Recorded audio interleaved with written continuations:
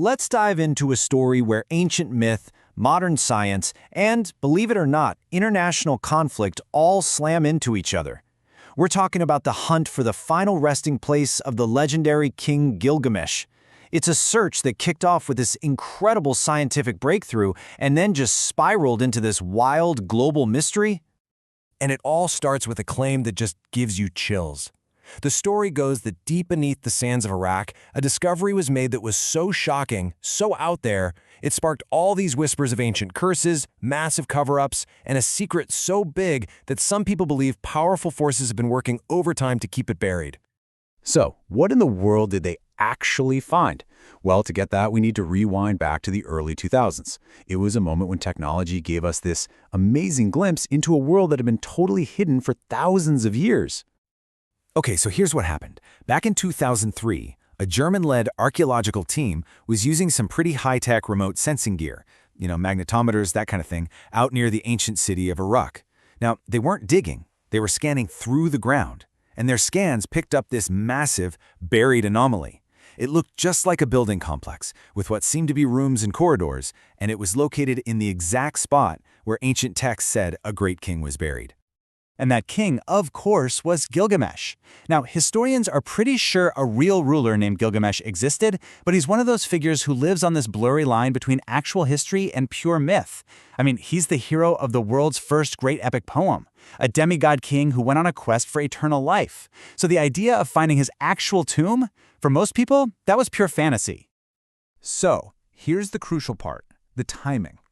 This potential bombshell of a discovery was announced by the BBC on April 29, 2003.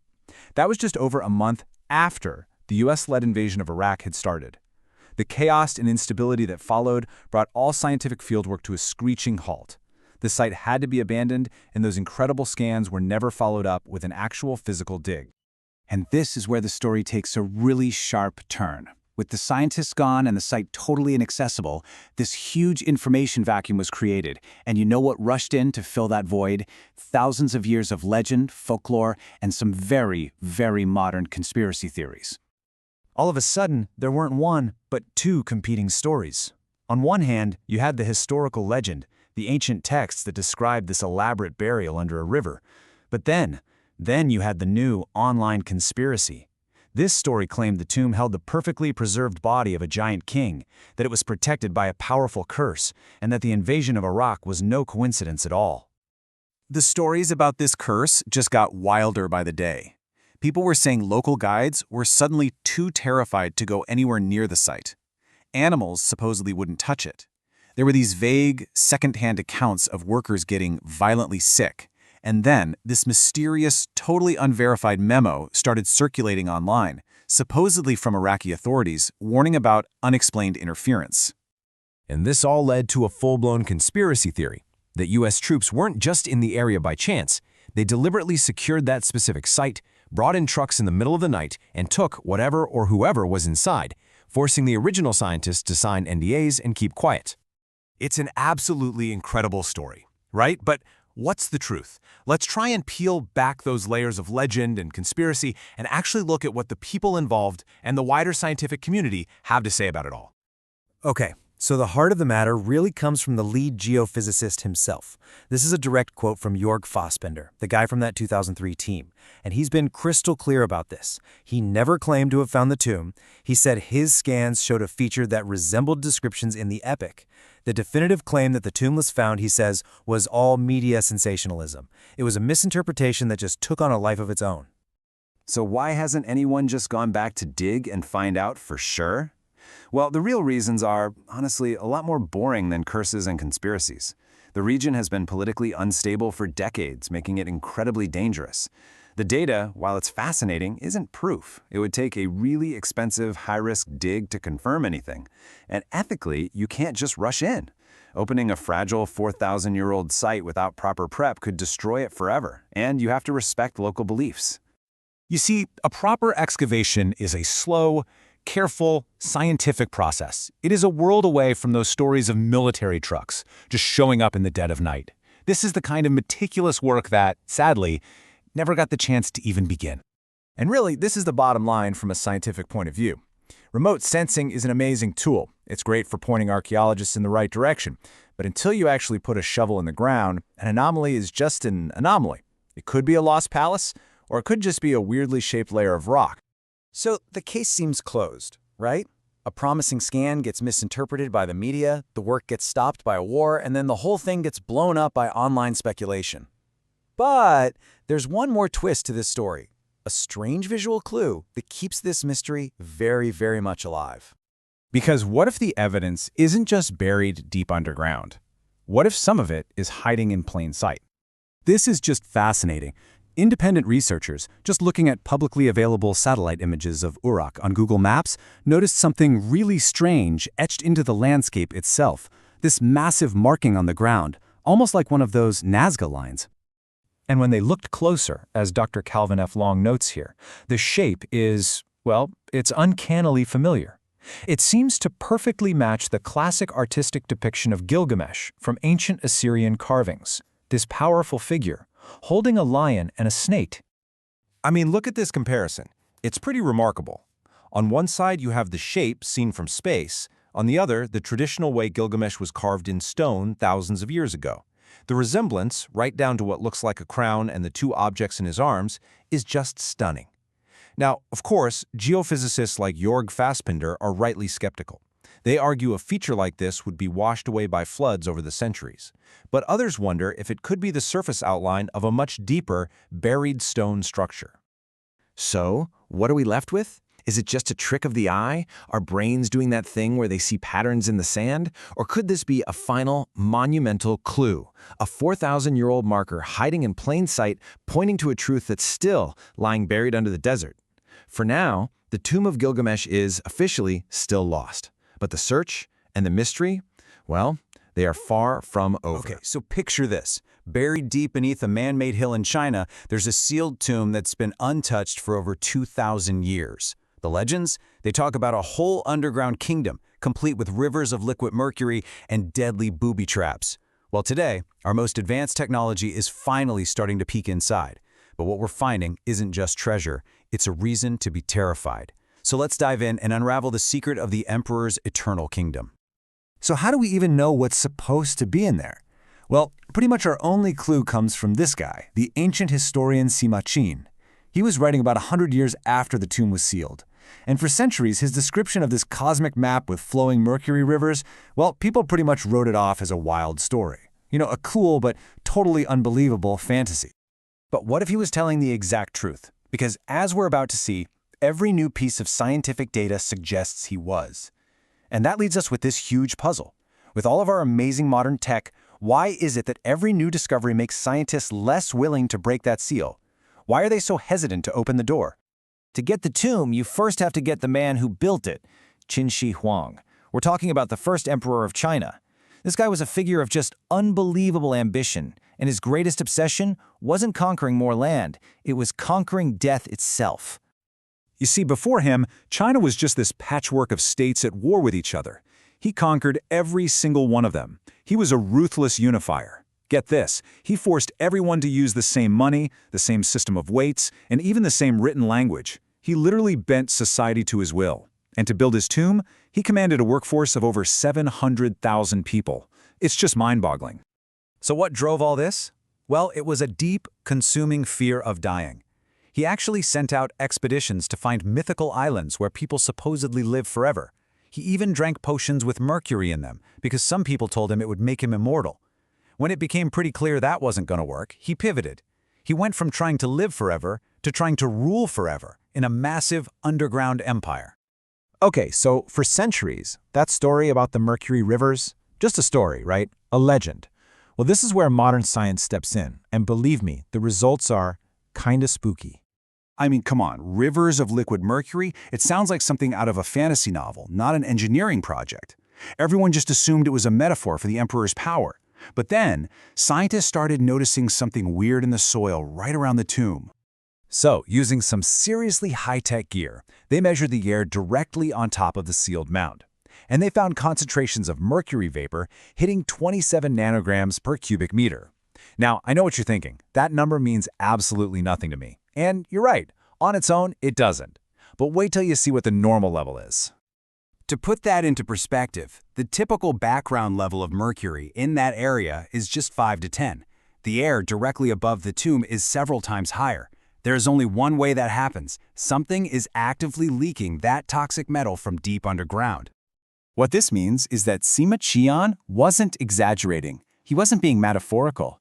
The tomb really does contain huge amounts of liquid mercury, so much that its toxic vapor is still seeping out of the ground 2,200 years later. The legend is real, and it's also a deadly chemical hazard. Okay, so this creates a huge new problem. How do you explore a toxic, sealed environment without completely destroying it? The answer isn't a drill or a tiny camera. It's something way more subtle, using technology to see the invisible. The whole strategy is called non-invasive archaeology, and the guiding principle is basically look, don't touch. So instead of digging, scientists use all this cool tech, ground-penetrating radar, sensors that measure tiny shifts in gravity, to gather clues from the surface. The goal is to build a map of the tomb while leaving it perfectly sealed and preserved. But this creates just mountains of messy, overlapping data. It's mostly just noise. And that's where AI comes in. You can think of these machine learning models like digital detectives. They sift through all that static, find faint patterns that a human eye would never catch, and then stitch all that different data together into one single 3D probability map of what's down there. And the most exciting, most futuristic technique they're developing is called cosmic ray muon tomography. I know, that sounds intense, but the idea is actually brilliant. It's like giving the entire mountain an X-ray, but without an X-ray machine.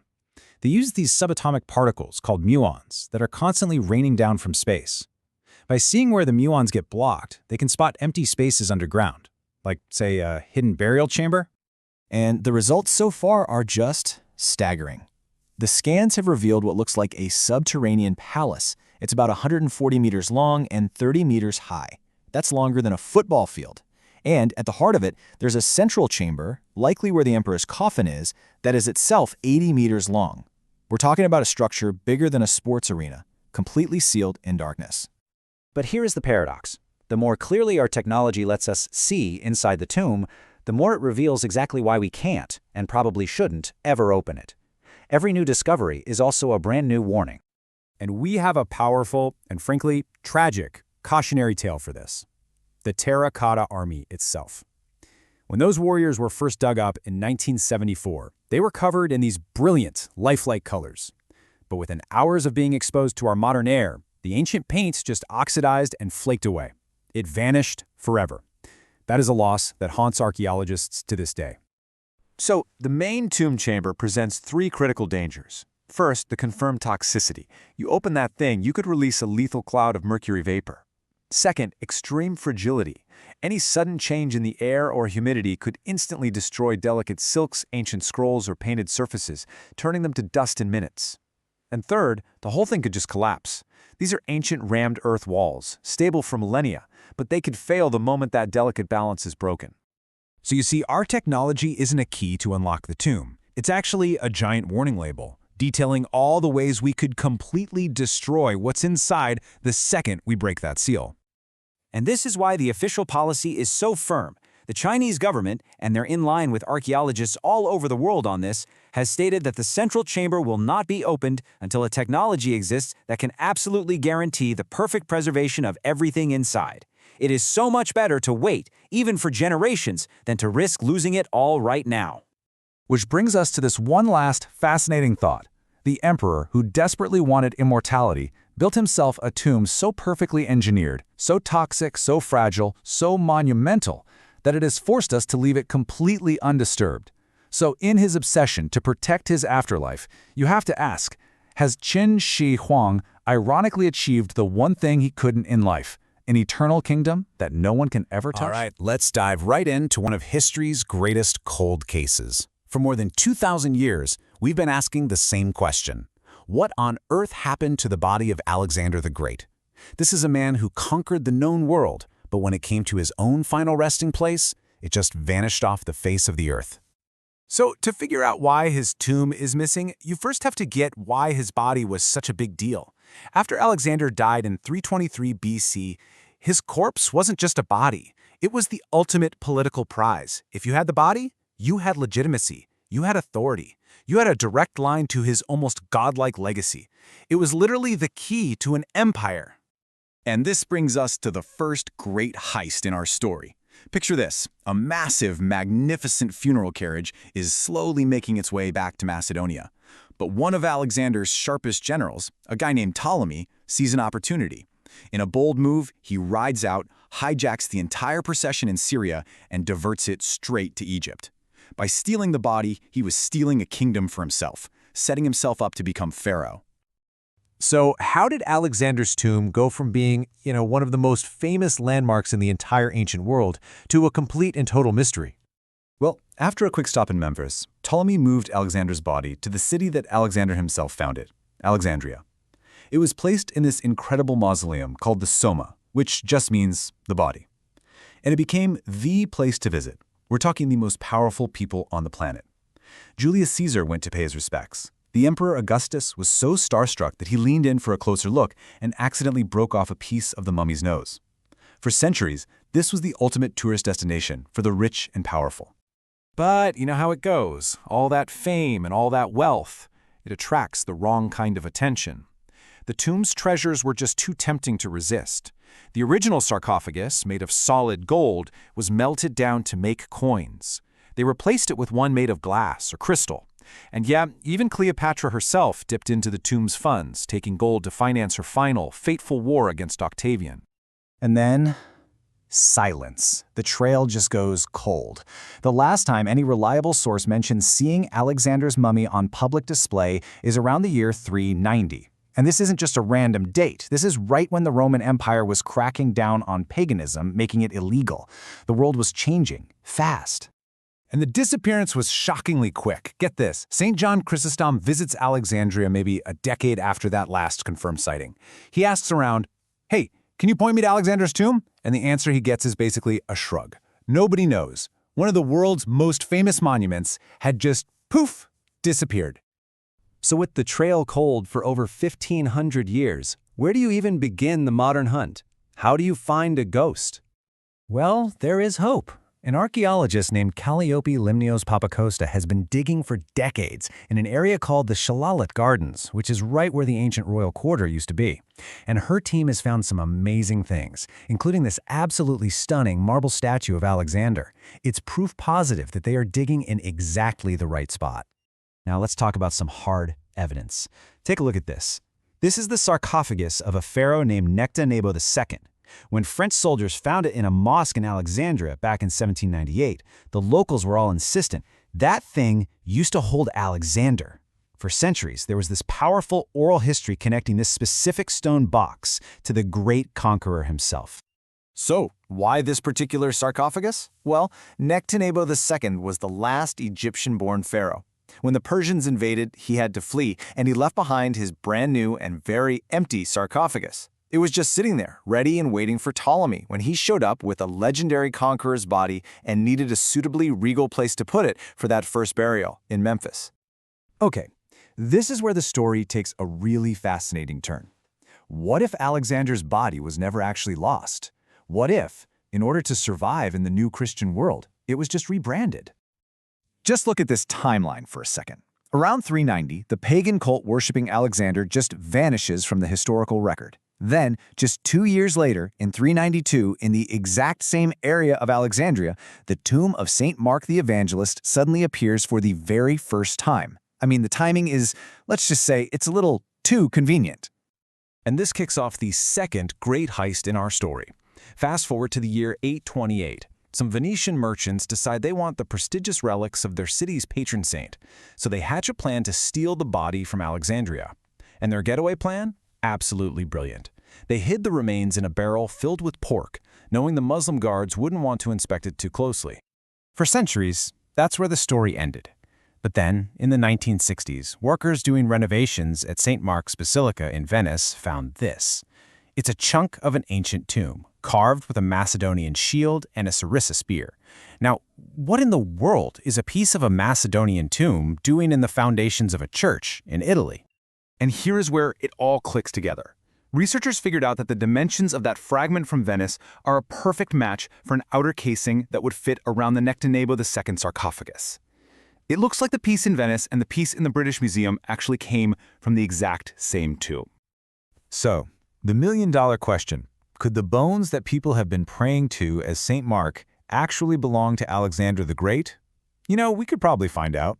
We know from historical accounts that Alexander had some nasty battle wounds, an arrow to the chest, another to his leg.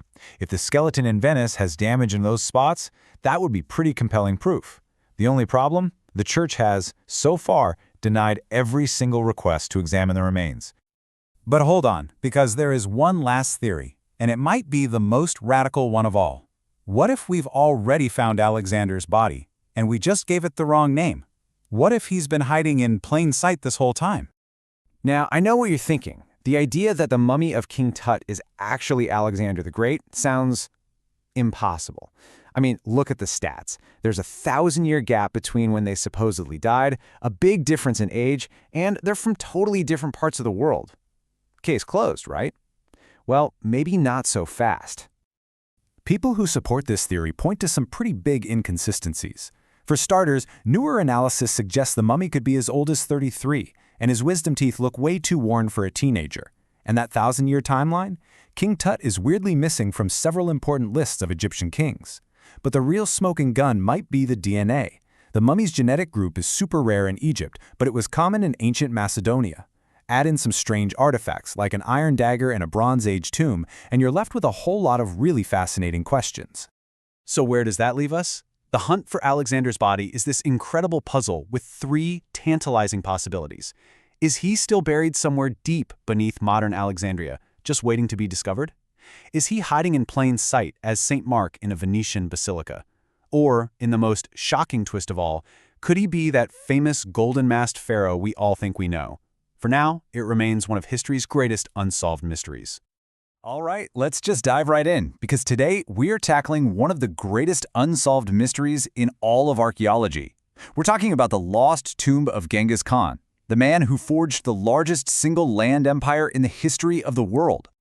I mean, think about it. This is one of the most powerful, most famous rulers who has ever lived. His legacy is still felt across the globe almost 800 years after his death. And yet, we have absolutely no idea where he's buried. It's kind of mind-blowing, right? Okay, so let's get into the legends, because they are wild. The stories about his burial are just as epic as his life was. We're told the funeral procession killed anyone and anything it saw, just to keep the route a secret. That 1,000 horses were galloped over the grave to completely erase any trace, and my favorite, that an entire river was rerouted to flow over the tomb, hiding it forever.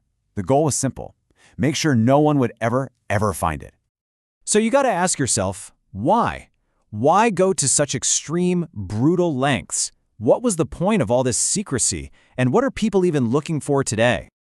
Well, it turns out it all comes down to a final wish. Following the customs of his tribe, Genghis Khan himself asked for it. He wanted a secret, totally unmarked grave. He literally did not want to be found. And his followers, well, they took that request very, very seriously. And you know what happens when there's a total vacuum of information like this, right? Especially in our age, it just gets filled with rumors, speculation, and of course, viral misinformation. Case in point, remember 2016? In May of that year, the internet just exploded, and articles started making the rounds, and the headlines were everywhere, screaming, "Tomb found!" It claimed a construction crew had just stumbled upon it. For a hot second, everyone thought, this is it! They finally did it! And the story had all these juicy details, didn't it? A mass grave, skeletons of wives and slaves, all this treasure. But here's the thing. It was all fiction. Total fake news. The reality is, as of today, that tomb is still very much lost. No credible team has ever found it. Now, this brings up something that confuses a lot of people. You might have seen pictures of this massive, grand mausoleum of Genghis Khan in China and thought, well, there it is. But here's the catch. He's not actually there. That building is what's called a cenotaph. It's a memorial, a place to honor him, but his body was never laid to rest there. So if the mausoleum is empty, where are the real clues pointing? Well, for that, we have to go back to the historical texts, because they all seem to point to one very specific, very sacred place. This is where it gets really interesting. A text called The Secret History of the Mongols mentions one place over and over again, a sacred mountain named Burkhan Khaldun. This place was hugely important to Genghis Khan personally. He hid there, he prayed there, and many believe it's not only where he was born, but also where he was buried. And here's the kicker. This is exactly why the search is so difficult. For centuries, this entire area has been known as Ik Korig, which literally means the Great Taboo. The name says it all, right? It's a UNESCO World Heritage Site today, a strictly protected area. So trying to get an archaeology team in there to start digging, yeah, good luck with that. It's basically off limits. So this brings us full circle, right back to those insane legends. If the tomb really is somewhere in this vast, sacred, and forbidden landscape, how on earth did they hide it so perfectly? The most dramatic story we have actually comes from the famous traveler Marco Polo. Now, we gotta remember, he was writing about this decades after it happened, so he was hearing it secondhand. But according to his telling, the journey to the tomb was a path of complete silence and death, designed to literally erase itself from history. And the method for keeping the secret? It's just horrifying. It's like a terrible nesting doll of secrecy. First, the 2,000 slaves who built the tomb were killed. Then, the soldiers who killed the slaves were killed by a second group of soldiers. And then that final group, the story goes, they all took their own lives. Absolutely no loose ends. Okay, let's take a breath. Most historians are pretty skeptical that it went down exactly like that. The story sounds a lot like other legends, maybe even borrowed from tales about Attila the Hun. But even if the details are exaggerated, nobody doubts the main point. They were absolutely, deadly serious about keeping this tomb a secret. So with all these challenges, the crazy legends, the forbidden Holy Land, the sheer remoteness, you'd think people would just give up, right? Nope. The allure, the pull of finding the tomb of Genghis Khan, it's just too powerful for people to ignore. And the physical obstacles are just monumental. First off, the sheer size of the search area. Mongolia is enormous, more than 7 times the size of Great Britain, but with almost no paved roads. These tombs were also buried deep, maybe 20 meters down. And most importantly, they left no clues on the surface. No markers, no stones, nothing. It's like looking for a needle in a continent-sized haystack. But you know, maybe the biggest reason the tomb is still lost isn't the landscape or the legends. Maybe it's not a physical obstacle at all. Maybe it's about something much deeper, a matter of respect. And this really gets to the heart of the matter. For so many Mongolians today, Genghis Khan isn't just a figure from a history book. He's the founding father of their nation. So his final wish to be left in peace isn't just a historical footnote. It's a sacred command. And going to look for his tomb is seen as deeply, deeply disrespectful. So you end up with this massive clash of worldviews. For the rest of the world, finding that tomb is the ultimate archaeological prize, a treasure trove that could unlock countless secrets. But for many Mongolians, the perspective is much simpler. He didn't want to be found, so we shouldn't be looking for him. End of story. I think this quote from a Mongolian translator just hits the nail on the head. If they'd wanted us to find it, they would have left some sign. The complete absence of a clue is the clue. So the mystery endures, not just because it's a well-kept secret, but because a lot of people believe it should remain a secret. And that leaves us with a huge, and I think really fascinating final question. In our constant quest for knowledge, where do we draw the line between uncovering the past and just respecting it? When you get right down to it, is the lost tomb of Genghis Khan a mystery we should even be trying to solve?